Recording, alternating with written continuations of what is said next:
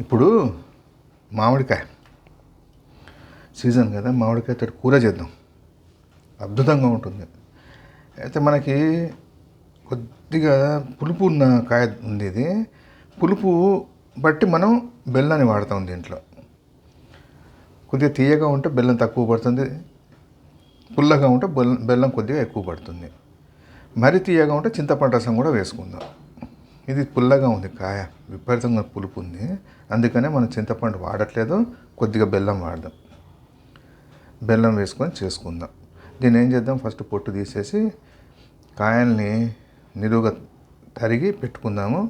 దీనికి కావాల్సిన పదార్థాలు ఏంటిదని చూస్తే మినపప్పు 1.5 టేబుల్ స్పూన్ మినపప్పు, 1.5 టేబుల్ స్పూను శనగపప్పు, ఒక 1/2 టేబుల్ స్పూను మెంతులు తీసుకొని, మెంతులు దీనికి ప్రాణం అండి కూరకి. ఎర్రగా వేయించి ఆ పొడి పెట్టుకుందాం. ఎర్రగా వేయించేసి పొడి చేసి పెట్టుకుందాం. బెల్లం చెప్పా కదా, బెల్లం. ఇంగువ కూడా దీనికి కొద్దిగా తగలాలి. ఆ రుచి నోటికి ఇంగువ రుచి తగలాలి. ఇంగువ, ఎండుమిరపకాయలు, ఆవాలు 1 టేబుల్ స్పూన్ ఆవాలు, జీలకర్ర ఒక 1/2 టేబుల్ స్పూన్ జీలకర్ర, నువ్వులు ఒక 3-4 టేబుల్ స్పూన్లు తీసుకొని వేయించుకొని పొడి కొట్టి పెట్టుకోండి. నువ్వులు ఇచ్చే రుచి అద్భుతంగా ఉంటుంది, కూరకి బాగుంటుంది. ఆఖరిలో వేసుకుందాం. వేయించేసి పక్కన పెట్టుకొని, మరి 3 చెంచాలు కాదు అనుకుంటే కనుక 4-5 చెంచాలు ఎండుమిరపకాయలతో వేయించుకోండి, పొడి పెట్టి పెట్టుకోండి. అన్నంలోకి నువ్వుల పొడిలాగా బాగుంటుంది. నువ్వుల పొడి ఒకసారి 3 టేబుల్ స్పూన్లకి జారికి అందదు, అందుకని ఒక కప్పుడు తీసుకొని వేయించి పెట్టుకోండి, అది వాడుకుందాం. ఒక 1/2 టేబుల్ స్పూను పసుపు, ఒక రెబ్బ కరివేపాకు, ఉప్పు 1 టేబుల్ స్పూను. ఇవి కారంగా ఉన్నాయండి మిరపకాయలు, నేను 2 వాడతాను. విపరీతమైన కారం ఉంది. నూనె ఒక 2 టేబుల్ స్పూన్లు పడుతుంది.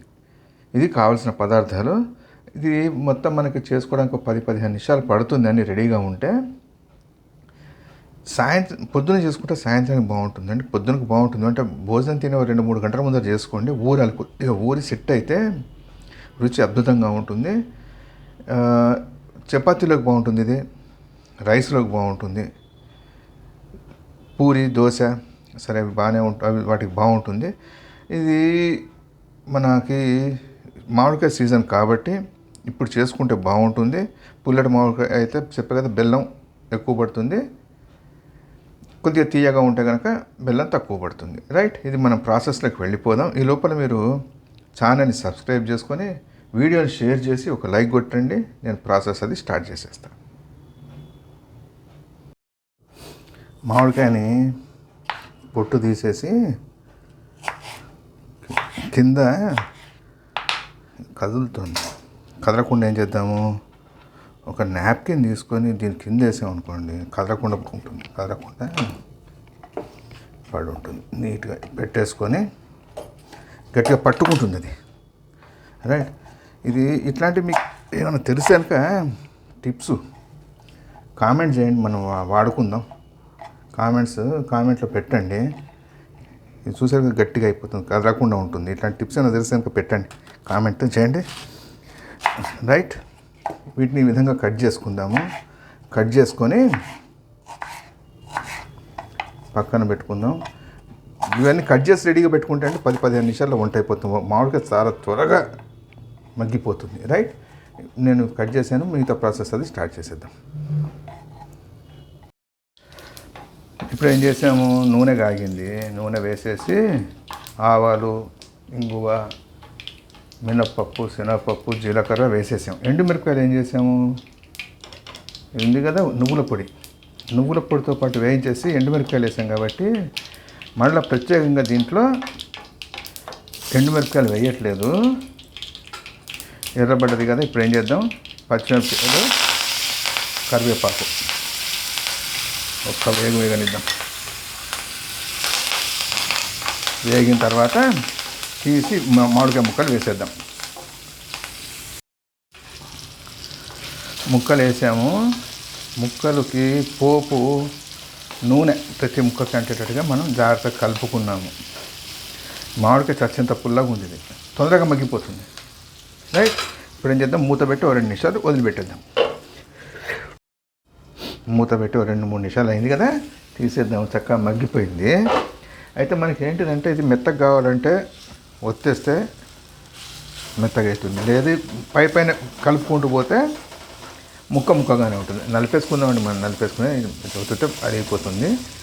లేదు ముక్కగానే తినేయచ్చు. దీన్ని ఏం చేద్దాం, ఇప్పుడు మగ్గిపోయింది కదా, పైనుంచి మెంతి పొడి చెప్పే కదా, మెంతి పొడి వేసేసుకుందాం.